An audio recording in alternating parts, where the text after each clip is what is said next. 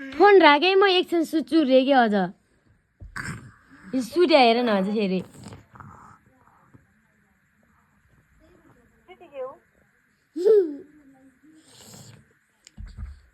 कुरा गर न बाबासँग